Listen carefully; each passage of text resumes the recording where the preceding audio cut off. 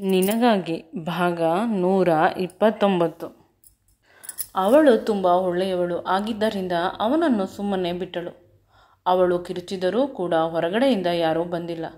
ವಿಕ್ರಮ್ ಕೆಳಗೆ ಬಿದ್ದಾಗ ಅವನಿಗೆ ರಿಯಲೈಸ್ ಆಯಿತು. ಅವಳು ತನ್ನ ಹೊಟ್ಟೆಯನ್ನು ತೋರಿಸಿದಾಗ ಅಲ್ಲಿ ಅವನು ಹಿಡಿದುಕೊಂಡಿದ್ದ ಮಾರ್ಕಿತ್ತು. ನಾನು ಹೊರಗಿನಿಂದ ಎಷ್ಟು ಬಲವಾಗಿ ಹಿಡಿದುಕೊಂಡಿದ್ದರೆ ಆ 2-2.5 ತಿಂಗಳ ಮಗು ಎಷ್ಟು ಒಳಗಡೆ ಕಷ್ಟಪಟ್ಟಿರುತ್ತದೆ ಅಂತ ಅವಳ ಕೈಯನ್ನು ಹಿಡಿದುಕೊಂಡು ಆಸ್ಪತ್ರೆಗೆ ಹೋಗೋಣ ಬಾ ಅಂತ ಹೇಳುತ್ತಾನೆ. ಇವನು ಆಸ್ಪತ್ರೆ ಅಂದ ತಕ್ಷಣ ಅವಳಿಗೆ ನಿಜವಾಗಲೂ ಭಯವಾಗುತ್ತದೆ.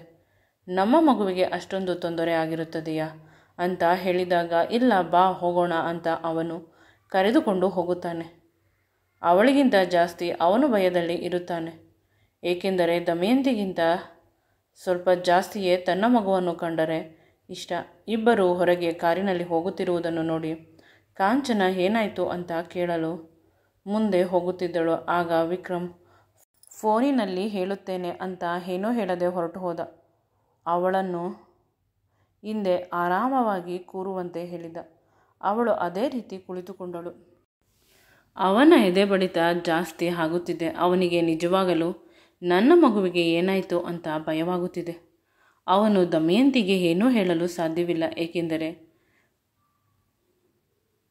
ಅವಳು ಭಯಪಡುತ್ತಾಳೆ ಅಂತ. ಅವಳು ನಿಧಾನವಾಗಿ ಹೇಳುತ್ತಾಳೆ, ನನಗೆ ಹೊಟ್ಟೆ ನೋವಿಲ್ಲ. ಈ ರೀತಿ ಏನಾದರೂ ತೊಂದರೆ ಆದರೆ ಅಂದರೆ ಮಗುವಿಗೆ ತೊಂದರೆ ಆಗುತ್ತದೆ, ಅಂದರೆ ಹೊಟ್ಟೆ ನೋವು ಬರುತ್ತದೆ ಅಂತ ನನ್ನ ಚಿಕ್ಕಮ್ಮ ಯಾರಿಗೂ ಹೇಳುತ್ತಿದ್ದರೂ ಕೇಳಿದ್ದೆ. ನಾನು ಆರಾಮವಾಗಿ ಇದ್ದೇನೆ. ನಮ್ಮ ಪ್ರೀತಿಯ ಮಗುವಿಗೆ ಏನೂ ಆಗಿರುವುದಿಲ್ಲ. ನೀವು ಆರಾಮವಾಗಿ ಡ್ರೈವ್ ಮಾಡಿ ಅಂತ ಹೇಳಿದಳು. ಆಗ ಅವನು ಸ್ವಲ್ಪ ಹೊತ್ತು ಕಾರನ್ನು ಅಲ್ಲಿ ನಿಲ್ಲಿಸಿದ. ಆಗ ದಮಯಂತಿ ತನ್ನ ಮಾತನ್ನು ಮುಂದುವರಿಸಿದಳು. ನಾವಿಬ್ಬರು ಬದುಕಿನಲ್ಲಿ ತುಂಬ ಕಷ್ಟಪಟ್ಟಿದ್ದೇವೆ. ನಾವಿಬ್ಬರು ಶಾಶ್ವತವಾಗಿರಬೇಕು ಜೊತೆಯಲ್ಲಿ. ಅಂದರೆ ಈ ಮಗು ಇರಬೇಕು ಅನ್ನುವುದು ಆ ಭಗವಂತನಿಗೂ ಗೊತ್ತು. ದೇವರು ಕಷ್ಟ ಕೊಡುತ್ತಾನೆ ಅಷ್ಟೇ. ಆ ಕಷ್ಟದಿಂದ ಹೊರಬರಲು ಕೂಡ ನಮಗೆ ಸಹಾಯ ಮಾಡುತ್ತಾನೆ. ನಮ್ಮಿಬ್ಬರ ಮಗುವಿಗೆ ಏನೂ ಆಗಿರುವುದಿಲ್ಲ ಅಂತ ಅವಳು ಪುನಃ ಹೇಳಿದಾಗ ಅವನು ತನ್ನ ಮುಂದೆ ಇದ್ದ ಕನ್ನಡಿಯಲ್ಲಿ ಅವಳ ಮುಖವನ್ನು ನೋಡುತ್ತಾನೆ. ನಂತರ ಅವನಿಗೆ ಸ್ವಲ್ಪ ಸಮಾಧಾನವಾಗಿ ಡ್ರೈವ್ ಮಾಡುತ್ತಾನೆ. ಹೇಗೋ ಹಾಗೋ ಆಸ್ಪತ್ರೆಯ ಬಳಿ ಬಂದ ಇವಳು ನಿಧಾನವಾಗಿ ಕಾರನ್ನು ಇಳಿದು ಡ್ರೈವಿಂಗ್ ಸೀಟ್ನಲ್ಲಿ ಕುಳಿತಿದ್ದ ಅವನನ್ನು ನಿಧಾನವಾಗಿ ಇಳಿಸಿದಳು. ನೋಡಿದವರು ಅಂದುಕೊಳ್ಳುತ್ತಾರೆ ಅವನಿಗೆ ತೊಂದರೆ ಆಗಿದೆ, ಇವಳು ಆರಾಮವಾಗಿದ್ದಾಳೆ ಅಂತ. ದಮಯಂತಿ ತುಂಬ ಮುದ್ದಾಗಿ ಕಾಣುತ್ತಿದ್ದಾಳೆ. ಆದರೆ ವಿಕ್ರಮ್ ತುಂಬ ಸ್ಟ್ರೆಸ್ಸಲ್ಲಿ ಇದ್ದಾನೆ. ಅವಳನ್ನು ನೋಡಿ ಯಾರಿಗೂ ಕೂಡ ಈ ರೀತಿ ಅನಿಸುವುದಿಲ್ಲ. ಅವಳ ಆ ಮುದ್ದಾದ ಮುಖಕ್ಕೆ ಕಾರಣ ವಿಕ್ರಮ್. ಅವನು ತುಂಬ ಟೆನ್ಷನ್ನಲ್ಲಿ ಇದ್ದಾನೆ. ಪುನಃ ನಾನು ಮುಖವನ್ನು ಸಿಂಡರಿಸಿಕೊಂಡರೆ, ಅಳುವ ಮುಖವನ್ನು ಮಾಡಿಕೊಂಡರೆ ಅವನಿಗೆ ನೋವಾಗುತ್ತದೆ ಅನ್ನುವುದು ಅವಳ ಭಾವನೆ. ತನ್ನ ಮನಸ್ಸಿನಲ್ಲಿ ಬೆಟ್ಟದಷ್ಟು ನೋವಿದ್ದರೂ ಕೂಡ ನಗುವಿನ ಮುಖವಾಡವನ್ನು ಹಾಕಿದ್ದಾಳೆ.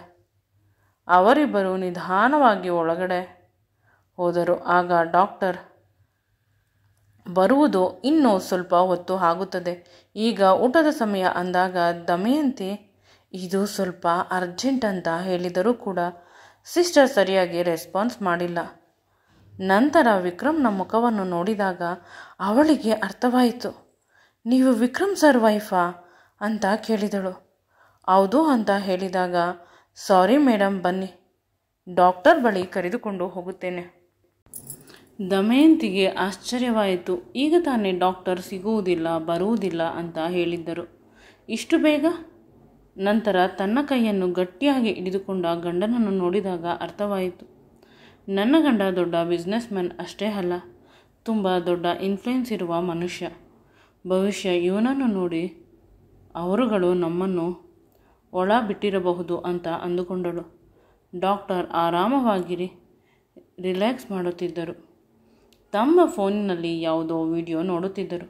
ನಂತರ ಸಡನ್ನಾಗಿ ಒಳಬರುತ್ತೇವೆ ಡಾಕ್ಟರ್ ಅಂತ ಕೇಳಿದಾಗ ಡಾಕ್ಟರ್ ನಾನು ಸ್ವಲ್ಪ ರೆಸ್ಟ್ ಮಾಡಬೇಕು ಅಂತ ಹೇಳುತ್ತಾರೆ. ಆಗ ಸಿಸ್ಟರ್ ಹೇಳುತ್ತಾರೆ ವಿಕ್ರಮ್ ಸರ್ ವೈಫ್ ಬಂದಿರುವುದು ಅಂತ. ಅರೆ ಕ್ಷಣದಲ್ಲಿ ಡಾಕ್ಟರ್ ಪುನಃ ಪ್ರತ್ಯುತ್ತರ ಕೊಟ್ಟರು, ಕರೆದುಕೊಂಡು ಬನ್ನಿ ಅಂತ. ನನಗೆ ಗೊತ್ತಿರಲಿಲ್ಲ ನನ್ನ ಗಂಡನಿಗೆ ಇಷ್ಟೊಂದು ಬೆಲೆ ಈ ಸಮಾಜದಲ್ಲಿ ಇದೆ ಅಂತ. ಗೊತ್ತಿದ್ದರೆ ಅವನಿಗೆ ಇನ್ನೂ ಮರ್ಯಾದೆ ಕೊಡುತ್ತಿದ್ದೆ. ಎಷ್ಟು ನನ್ನ ಕೈಯಲ್ಲಿ ಬಯಸಿಕೊಳ್ಳುತ್ತಾರೆ, ಒಡಿಸಿಕೊಳ್ಳುತ್ತಾರೆ ಅಂತ ಅವಳು ಯೋಚಿಸುತ್ತಿದ್ದಳು. ಡಾಕ್ಟರ್ ಏನಾಯಿತು ಅಂತ ಕೇಳಿದಾಗ ದಮಯಂತಿ ಎಲ್ಲವನ್ನು ಬಿಡಿಸಿ ಹೇಳಿದಳು. ನೀವು ಹೊರಗೆ ನಡೆಯಿರಿ ಅಂತ ಡಾಕ್ಟರ್ ವಿಕ್ರಮ್ನನ್ನು ಹೊರಗೆ ಕೇಳಿದರು. ನಿಮ್ಮ ಗಂಡ ನಿಮ್ಮನ್ನು ಗಟ್ಟಿಯಾಗಿ ಹಿಡಿದುಕೊಂಡರಾ ಅಂತ. ಹೌದು ಅಂತ ಸ್ವಲ್ಪ ನಿಧಾನವಾಗಿ ಹೇಳಿದಳು. ಮಾರ್ಕ್ ಆಗಿದೆ, ಮಗುವಿಗೆ ಏನಾದರೂ ತೊಂದರೆ ಆಗಿಬಿಡುತ್ತದೆ ಅನ್ನುವ ಭಯ ಅಲ್ಲವೇ ಅಂತ ಹೇಳಿದಾಗ ಡಾಕ್ಟರ್ ನಕ್ಕ. ನಂತರ ಹೇಳಿದ, ಇಲ್ಲಿ ಬರುವ ತುಂಬ ಜನ ಪೇಷಂಟ್ಗಳು ನಿಮ್ಮ ರೀತಿ ಅವರಿಬ್ಬರ ವೈಯಕ್ತಿಕ ಜೀವನದ ವಿಷಯವನ್ನು ಹೇಳುವುದಿಲ್ಲ. ಬೇರೆ ಕಾರಣವನ್ನು ಕೊಟ್ಟು ತಮ್ಮ ಮಗುವನ್ನು ತಾವೇ ಬಲಿ ಕೊಡುತ್ತಾರೆ. ನಿಮ್ಮ ಸಮಸ್ಯೆ ನನಗೆ ಈಗ ಅರ್ಥವಾಗಿದೆ ಅಂತ ಎಲ್ಲ ಪರೀಕ್ಷೆಯನ್ನು ಮಾಡಿದರು. ಮಗು ಆರಾಮವಾಗಿದೆ, ಯಾವುದೇ ತೊಂದರೆ ಆಗಿಲ್ಲ, ಹೆದರಬೇಡಿ. ನೀವು ನಿಮ್ಮ ಗಂಡ ಬೇರೆ ಬೇರೆ ಮನೆಯಲ್ಲಿ ಇರಿ. ನೀವು ನಿಮ್ಮ ಅಮ್ಮನ ಮನೆಗೆ ಹೊರಟು ಹೋಗಿ. ಇಂದು ಸ್ವಲ್ಪದರಲ್ಲಿ ತಪ್ಪಿ ಹೋಗಿದೆ, ಮತ್ತೆ ತೊಂದರೆಯಾದರೆ ಕಷ್ಟವಲ್ಲವೇ ಅಂತ ಡಾಕ್ಟರ್ ಹೇಳಿದಾಗ ದಮಯಂತಿ ಏನೂ ಮಾತನಾಡಲಿಲ್ಲ. ಅವಳು ಮನಸ್ಸಿನಿಂದ ತುಂಬ ಎಮೋಷ್ನಲ್ ಆಗಿಬಿಟ್ಟಿದ್ದಾಳೆ. ನನಗೆ ಅಮ್ಮ ಇಲ್ಲ, ನಾನು ಯಾರ ಮನೆಗೆ ಹೋಗಲಿ, ಈ ಜೀವನ ನನಗೆ ಏಕೆ ಬೇಕು ಅಂತ ಅವಳು ದುಃಖ ಪಡುತ್ತಿದ್ದಾಳೆ. ಈ ರೀತಿ ಬಿಟ್ಟಿ ಅಡ್ವೈಸ್ ಡಾಕ್ಟರ್ ಏಕೆ ಮಾಡುತ್ತಾರೋ ತಿಳಿದಿಲ್ಲ. ವಿಕ್ರಮ್ನನ್ನು ಕರೆದು, ಯಾವುದೇ ತೊಂದರೆ ಇಲ್ಲ, ನಿಮ್ಮ ಹೆಂಡತಿ ಆರಾಮವಾಗಿದ್ದಾರೆ, ಆದರೆ ಡೆಲಿವರಿ ಆಗುವವರೆಗೂ ಯಾವುದೇ ರೀತಿಯ ದೈಹಿಕ ಕ್ರಿಯೆಯನ್ನು ನಡೆಸಬಾರದು, ಅವರು ತುಂಬ ವೀಕ್ ಆಗಿರುತ್ತಾರೆ ಅಂತ ಅವನು ಹೇಳಿದ. ಆಗ ಅವನು ತುಂಬ ಬೇಸರದಿಂದ ಡಾಕ್ಟರ್ನನ್ನು ನೋಡುತ್ತಿದ್ದ. ಇದೇ ಮೊದಲ ಬಾರಿ ಯಾರೋ ಒಬ್ಬರು ತನ್ನ ಹೆಂಡತಿ ಜೊತೆ ಮಲಗಬಾರದು ಅಂತ ಹೇಳುತ್ತಿದ್ದಾರೆ. ಈ ಮಾತನ್ನು ಕೇಳಿ ಅವನ ರಕ್ತ ಕುದಿಯುತ್ತಿದೆ. ಅವನ ಮುಖ ಕಪ್ಪಾಗಿದ್ದನ್ನು ನೋಡಿ, ನಿಮ್ಮ ಮಗು ತುಂಬ ಆರೋಗ್ಯವಾಗಿದೆ, ನೀವು ಪದೇ ಪದೇ ಇವರಿಗೆ ತೊಂದರೆ ಮಾಡಿದರೆ ಮಗು ನಿಮಗೆ ಸಿಗುವುದಿಲ್ಲ ಅಂತ ಹೇಳಿದ. ತಕ್ಷಣ ವಿಕ್ರಮ್ ಡಾಕ್ಟರ್ ಬಳಿ ಬಂದು ಅವನ ಕಾಲರನ್ನು ಹಿಡಿದುಕೊಂಡ. ಇನ್ನೊಂದೇ ಒಂದು ಮಾತು ನನ್ನ ಮಗುವಿನ ಬಗ್ಗೆ ಹಾಡು, ನಿನ್ನ ಚರ್ಮ ಸುರಿದು ಬಿಡುತ್ತೇನೆ. ಟ್ರೀಟ್ಮೆಂಟ್ಗೆ ಬಂದಿದ್ದೇವೆ. ಇವನು ತನ್ನ ಕತ್ತಿನ ಪಟ್ಟಿಯನ್ನು ಹಿಡಿದಿದ್ದನ್ನು ನೆನೆಸಿಕೊಂಡು ಇವರಿಬ್ಬರ ಮಧ್ಯೆ ಇರುವ ದಮಯಂತಿಗೆ ತುಂಬ ಕಷ್ಟವಾಯಿತು. ಅವಳು ನಿಧಾನವಾಗಿ ಬಿಡಿಸಿದಳು. ಡಾಕ್ಟರ್ ಏನೇ ಹೇಳಿದರೂ ವಿಕ್ರಮ್ ಆ ರೀತಿ ಮಾಡಬಾರದಿತ್ತು. ತಮ್ಮ ಮಗುವಿನ ಟ್ರೀಟ್ಮೆಂಟ್ಗೆ ಹೋಗಿರುವುದು. ಆದರೆ ವಿಕ್ರಮ್ನ ಮುಖವನ್ನು ನೋಡಿ ಅವಳಿಗೂ ಕೂಡ ಭಯವಾಗುತ್ತಿದೆ. ನನ್ನ ವಿಷಯದಲ್ಲಿ ಯಾರಾದರೂ ಮಾತನಾಡಿದರೆ ಅವನ ಮುಖ ಆಗಲೂ ಕೂಡ ಈ ರೀತಿ ಆಗುತ್ತಿತ್ತು. ಈಗ ನಿಜವಾಗಲೂ ಇನ್ನೂ ಜಾಸ್ತಿ ಭಯ ಆಯಿತು. ಏಕೆಂದರೆ ವಿಕ್ರಮ್ ಈ ರೀತಿ ಕೋಪದಲ್ಲಿ ಇದ್ದರೆ ಯಾರ ಮಾತನ್ನು ಕೇಳುವುದಿಲ್ಲ. ಸಿಸ್ಟರ್ ಹತ್ತಿರ ಬಂದರೂ ಸಿಸ್ಟರ್ ಕಡೆ ತುಂಬ ಕೋಪದಿಂದ ನೋಡಿದ. ನಂತರ ಪುನಃ ಡಾಕ್ಟರ್ ಬಳಿ ಬಂದು, ಇನ್ನೊಮ್ಮೆ ಹೇಳು, ನನ್ನ ಮಗುವಿಗೆ ಏನಾಗುತ್ತದೆ ಅಂತ. ನಿನ್ನನ್ನು ಸುಮ್ಮನೆ ಬಿಡುವುದಿಲ್ಲ. ಈ ಬಾರಿ ಡಾಕ್ಟರ್ಗೂ ಕೂಡ ಜಾಸ್ತಿ ಕೋಪ ಬರುತ್ತಿದೆ. ದಮಯಂತಿ ಇವರನ್ನು ನಿಧಾನವಾಗಿ ಬಿಡಿಸಿದಳು. ವಿಕ್ರಮ್ನನ್ನು ಹೊರಗೆ ಕರೆದುಕೊಂಡು ಹೋದಳು. ಅಲ್ಲಿಯವರೆಗೂ ಅವನು ನಾನು ಡಾಕ್ಟರನ್ನು ಬಿಡುವುದಿಲ್ಲ ಅಂತ ವಿಕ್ರಮ್ ಅಂದುಕೊಂಡರೆ ಡಾಕ್ಟರ್ ಮತ್ತೆ ಎಲ್ಲಿ ಹೋಗುತ್ತಾರೆ, ಪುನಃ ನನ್ನ ಆಸ್ಪತ್ರೆಗೆ ಬರುತ್ತಾರೆ.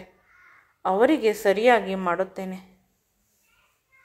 ಕೆಲಸ ಮಾಡುವವರ ಎದುರುಗಡೆ ನನಗೆ ಅವಮಾನ ಮಾಡಿದ ಅವನಿಗೆ ಸರಿಯಾದ ಶಾಸ್ತಿ ಮಾಡುತ್ತೇನೆ ಅಂತ ವಿಕ್ರಮ್ ಬಗ್ಗೆ ಡಾಕ್ಟರ್ ಬೈದುಕೊಳ್ಳುತ್ತಾನೆ.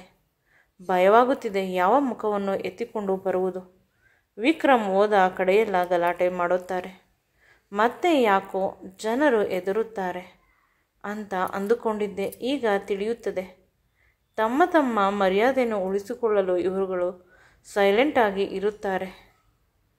ಅವರು ಪ್ರಾಕ್ಟಿಕಲ್ ಆಗಿ ಹೇಳಿದರು. ಡಾಕ್ಟರ್ಗಳಿಗೆ ಇದು ಸಹಜ. ದಿನ ಪೇಷಂಟ್ಗಳನ್ನು ನೋಡುತ್ತಾರೆ, ಹುಟ್ಟು ಸಾವು ನೋಡುತ್ತಲೇ ಇರುತ್ತಾರೆ. ಅವರಿಗೆ ಇದೆಲ್ಲ ದೊಡ್ಡದು ಅಂತ ಅನಿಸುವುದಿಲ್ಲ. ಈ ವಿಕ್ರಮ್ ಮಾಡಿದ ತಪ್ಪು. ಇವರಿಗೆ ಆಗ ಪ್ರಜ್ಞೆ ಇರಲಿಲ್ಲ. ನನ್ನ ಮಗು ಅಂತ ಇಲ್ಲಿ ಬಂದು ಡಾಕ್ಟರ್ ಮಾತಾಡಿದ ತಕ್ಷಣ ಇವರ ಮಗುವಿಗೆ ತೊಂದರೆ ಆಗುತ್ತದೆ ಅಂತ. ಕೊನೆಗೆ ಅವಳು, ಡಾಕ್ಟರ್, ಪೂರ್ತಿಯಾಗಿ ಮಾತನಾಡಲು ನೀವು ಬಿಟ್ಟಿಲ್ಲ, ಈಗ ಏನು ಮಾಡುವುದು ಅಂತ ಹೇಳಿದಾಗ ವಿಕ್ರಮ್ ಬೇರೆ ಡಾಕ್ಟರ್ ಬಳಿ ಹೋಗೋಣ ಅಂತ ಅವಳನ್ನು ತನಗೆ ತಿಳಿದಿರುವ ಲೇಡಿ ಡಾಕ್ಟರ್ ಬಳಿ ಕರೆದುಕೊಂಡು ಹೋಗುತ್ತಾನೆ. ಆ ಡಾಕ್ಟರ್ ನೋಡಲು ಸುಂದರವಾಗಿ ಇರುತ್ತಾರೆ. ಅವಳು ತನ್ನ ಹಳೆಯ ರಿಪೋರ್ಟನ್ನು ಕೊಡುತ್ತಾಳೆ. ಅದನ್ನೆಲ್ಲ ನೋಡಿದ ಮೇಲೆ ಒಮ್ಮೆ ಪರೀಕ್ಷೆ ಮಾಡಿ, ಮಗು ಆರಾಮವಾಗಿದೆ, ಯಾವುದೇ ತೊಂದರೆ ಇಲ್ಲ, ಇನ್ನು 2.5 ತಿಂಗಳು ಅಷ್ಟೇ, ನೀವು ತುಂಬ ಕೇರ್ಫುಲ್ ಆಗಿ ಇರಬೇಕು ಅಂತ ವಿಕ್ರಮ್ ಕಡೆ ನೋಡಿದರು. ನಿಮ್ಮ ಹೆಂಡತಿಯನ್ನು ತುಂಬ ಜಾಗರೂಕತೆಯಿಂದ ನೋಡಿಕೊಳ್ಳಿ, ಅವರ ಆಸೆಗಳನ್ನು ಬಯಕೆಗಳನ್ನು ತೀರಿಸಿ ಅಂತ ಡಾಕ್ಟರ್ ಮುಖ ನೋಡುತ್ತಾ ಹೇಳಿದಾಗ ಇವರಿಬ್ಬರು ಜೋರಾಗಿ ನಗಲು ಶುರು ಮಾಡಿದರು. ನಂತರ ಡಾಕ್ಟರ್ ಮತ್ತು ವಿಕ್ರಮ್ ಪರಸ್ಪರ ಹೈಫೈ ಮಾಡಿಕೊಂಡರು. ದಮಯಂತಿಗೆ ತಿಳಿಯಿತು ಇವರಿಬ್ಬರು ಕ್ಲೋಸ್ ಫ್ರೆಂಡ್ಸ್ ಇರಬಹುದು ಅಂತ.